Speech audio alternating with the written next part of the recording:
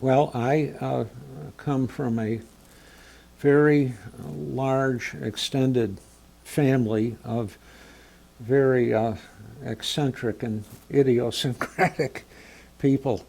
And I was lucky as a kid um, to spend a lot of time growing up on my grandparents' farm in a little further upstate New York than the Albany area, up between Syracuse and Rochester.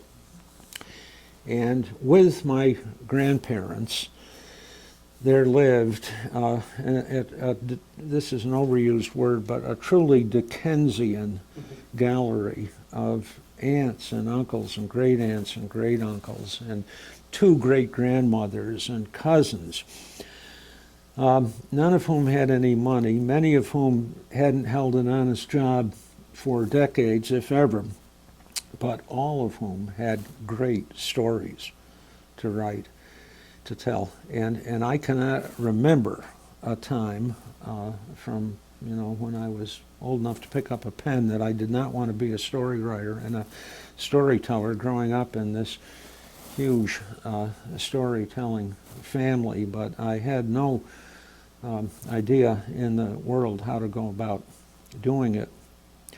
And the first piece of advice I got about writing fiction came from an unlikely source, and that was my 8th grade English teacher, whose name was Mrs. Erla Armstrong. And Mrs. Armstrong had been brought into a little country school I attended to restore order in the school, which was in great need of being restored. And she had biceps like David Ortiz, and and I felt their full force more than once, but she did restore order.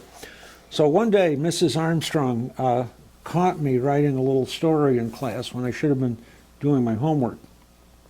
And running true to form, she confiscated it, and she looked at it and sniffed contemptuously and said, "Well, Mosher, if you want to write stories, you have to do 3 things. You have to read the classics, you have to revise your work, and you have to write about what you know.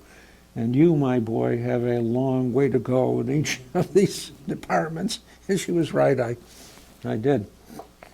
But when my wife of 52 years, Phyllis, then my fiancée and I were getting ready to graduate from Syracuse University, we thought maybe we would teach for a couple of years and then try to save some money and go on to graduate school. And we heard about a couple of teaching jobs in the Northeast Kingdom of Vermont.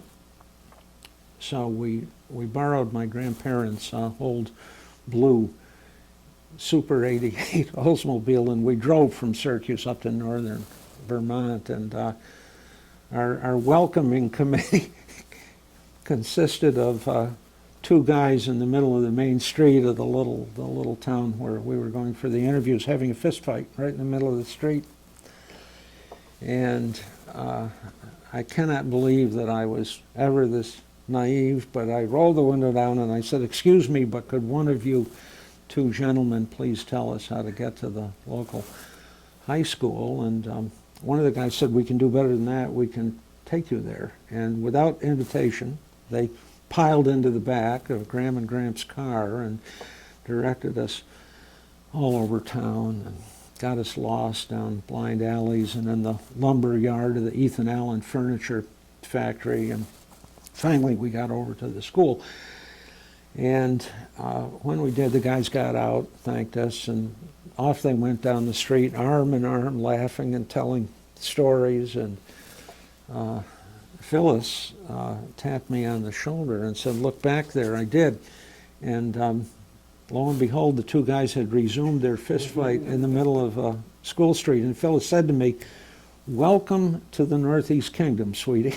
And that was our, but what we found was a gold mine for an aspiring storyteller, because this area was just full of old-timers, many of whom dated back to Prohibition and the Depression era, who had lived very hard-scrabble but very interesting lives, and wanted to talk about them. They were ready to talk about, and no other writer had ever touched this material. I think Robert Frost spent a summer in the Northeast Kingdom, and he wrote one poem, a dark poem called A Servant to Servants, which is set on Lake Willoughby in the Kingdom. Other than that, no writer had ever touched this.